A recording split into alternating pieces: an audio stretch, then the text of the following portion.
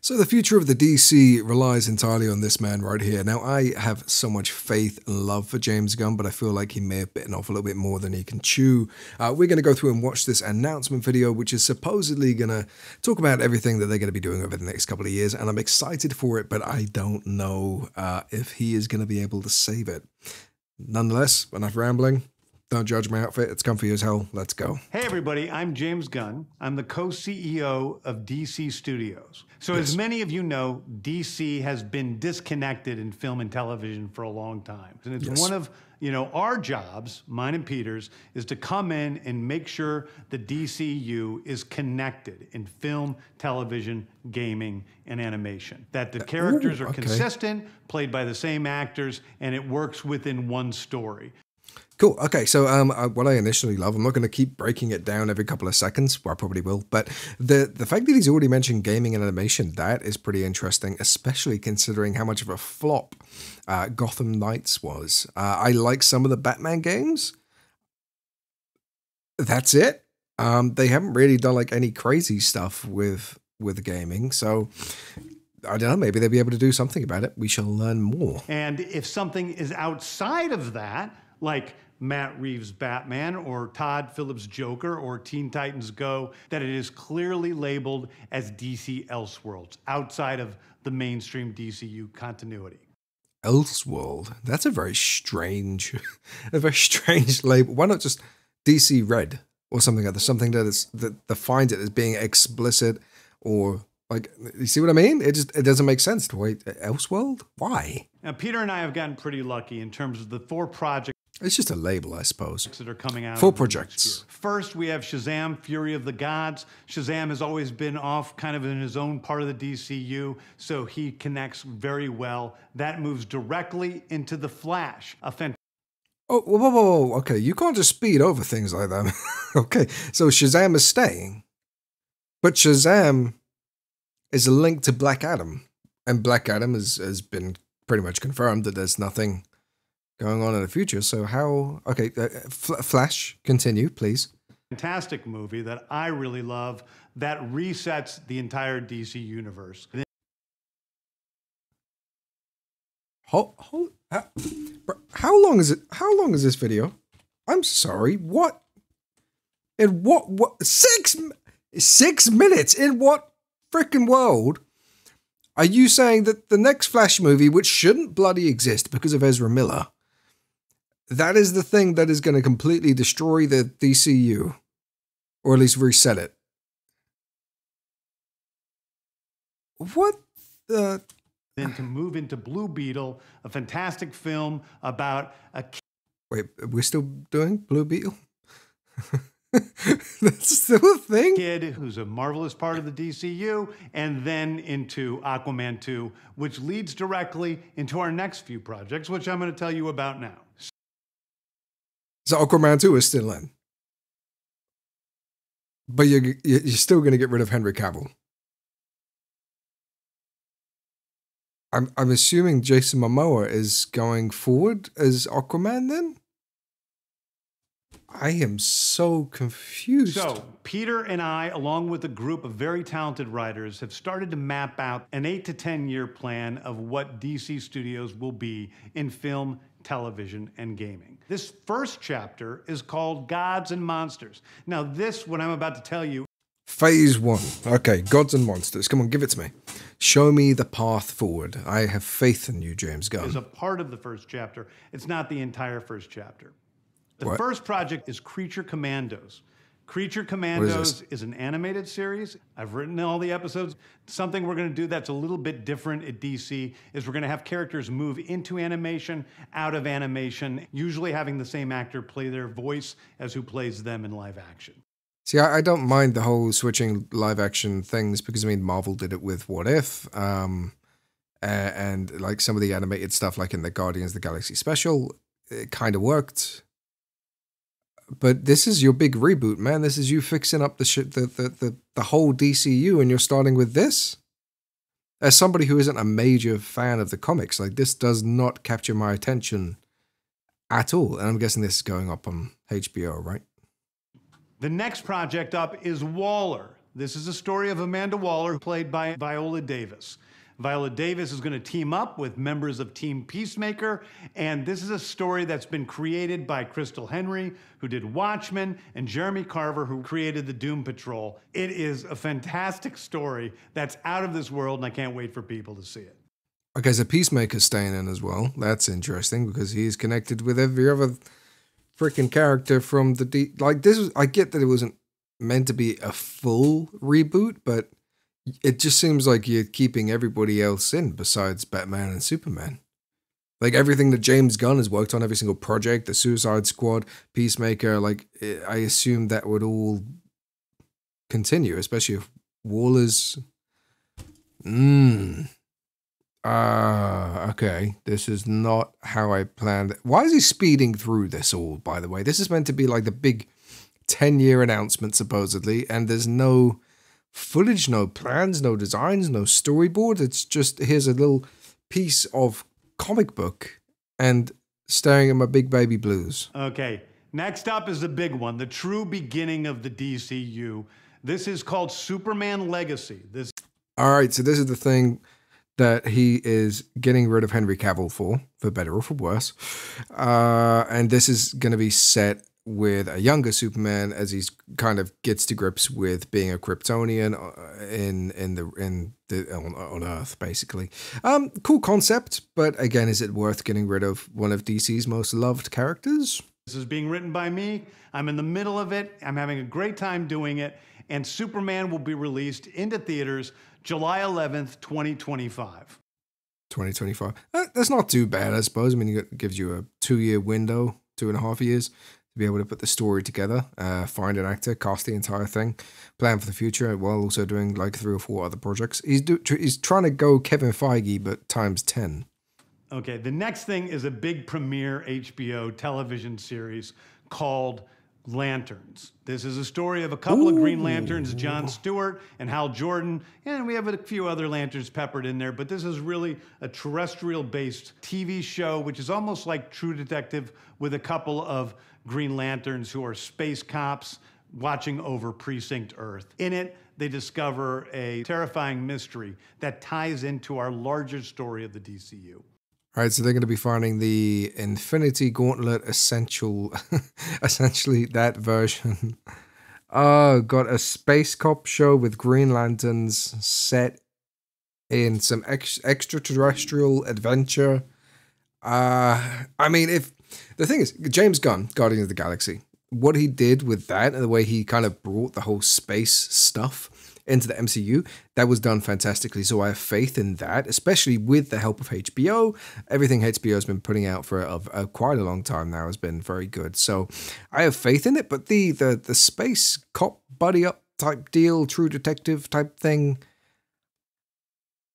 I mean, does it need to be like that? I mean, can you not just have like this cool cinematic blockbuster kind of vibe? Does it have to be? Next is a big movie called The Authority. The Authority is a I appreciate the artwork. Passion project of mine. It's based on the marvelous Wildstorm characters we are now bringing into the DCU and will interact with all of our primary DCU characters. The Authority are a group of superheroes who think the world is broken and they want to fix it by any means necessary. I think it's a very different look at superheroes. We're doing a television series called Paradise Lost. We're straight on to the next one. Okay, holy shit. What was that, like 20 seconds to talk about? Rewind the thing. Okay, so first of all, is this guy here wearing like a space helmet, or is that just a lens flare? I have no idea who these guys are. It gives me like the Eternals vibes from MCU, but I don't recognize any of these characters. Again, as somebody who isn't overly familiar with DC Comics, but I mean, what did he say about it? It was DCU characters. The Authority are a group of superheroes who think the world is broken and they want to fix it by any means necessary. I think it's a very different look at superheroes. It's the Eternals. We're doing a television series called Paradise Lost. Paradise Lost is a story of Paradise Island, usually known as Themyscira, which is the birthplace of Wonder Woman. It's almost like Game of Thrones with Westeros, but with all of the inhabitants. See, the thing is, I feel like if they're going to do something similar to Game of Thrones with DC characters, they're going to have to make it dark. But are they going to have the balls to make it dark and R-rated and everything else? I doubt it. Of Paradise Island. The introduction of the DCU's Batman is the brave and the bold. The brave and the bold is... That's it for the one. Why are you speeding through this, Matt? Just chill out. Take a minute. Give us some more context. Holy God. Okay, right. So what's this? A new Batman movie. Great. Okay. Have we got Pattinson? No, that's going to be disconnected. So who's going to be playing this version of it? The story of Batman and his actual son, Damian Wayne. This is based on Grant Morrison's great comic book run. Damian Wayne is my favorite Robin. He's a little assassin who Batman tries to get in line. And so this is the story of the two of them and the beginning of sort of the Bat family in the DCU. Interesting. But if that's going to be the beginning, are we not doing the whole Bruce Wayne's parents thing? Like, I'm not against it, but it would be nice to get some context, James Gunn. Next up is a TV series called Booster Gold. Booster Gold is one of comics' really... See, this is what confuses me, right? So we're going to have the main story kind of thing of the Batman. This is the new thing that they're going to be doing. But then they're also going to be having the Pattinson stuff. They're also going to be having the Joker stuff with Joaquin Phoenix and Lady Gaga, the fucking musical. So how is this all gonna, like, this is just going to confuse people even more. This is, like, I get the whole point is to do a reboot and you're doing your own thing, but, like, the idea is to make it simpler for people who are disconnected from the DCU, and you're keeping in half of the old characters, half of the old actors, bringing in a bunch of new characters, doing your own thing with it, and then you've also got this sideline stuff, which was there from before the new DC. Bro, this is so confusing to people who have not been with the DCU for such a long period of time. They're going to feel half connected, go and see a next movie, and then realize that this has nothing to do with what they've already seen. Really popular cult heroes. He is a fascinating guy. He's a loser from the future who uses future technology to come back to present day and become a superhero so that people will love him. That seems like a combination of Ant-Man and Kang the Conqueror. Again, referring back to Marvel stuff because that's my forte, but Ant-Man is kind of like the loser of the Avengers and such like, because he does... It just is, or Hawkeye even perhaps, and Kang the Conqueror obviously uses future tech to be able to go back to the beginning and all that kind of stuff. So, but the issue here is that this probably isn't going to be coming out till 2027, which is probably 1 to 2 years after Secret Wars from Marvel, which is like, maybe they're using it as like a springboard. Hey, here's a familiar character, but the concept is cool, I suppose, but it's a TV show. I feel like maybe that would have been better as a movie. Never mind. It is basically the superhero story of imposter syndrome on an HBO Max series. One of my favorite comic book series from last year was Tom King's run on Supergirl, Woman of Tomorrow. And so we're going to turn that into a big science fiction epic film. Now, Superman is a guy who was sent to Earth and raised by loving parents, whereas Supergirl in this story, she is a character who was raised on a chunk of Krypton. She watched everybody around her perish in some terrible way, so she's a much more jaded character. See, again, we're on to the next thing, Swamp Thing. Fuck's Okay, rewind the thing. Okay, let me get a picture up. So this seems kind of interesting. I've always loved Supergirl. I love the idea of like a female protagonist that has some incredible abilities, and I feel like she's always been underutilized in every single DC venture.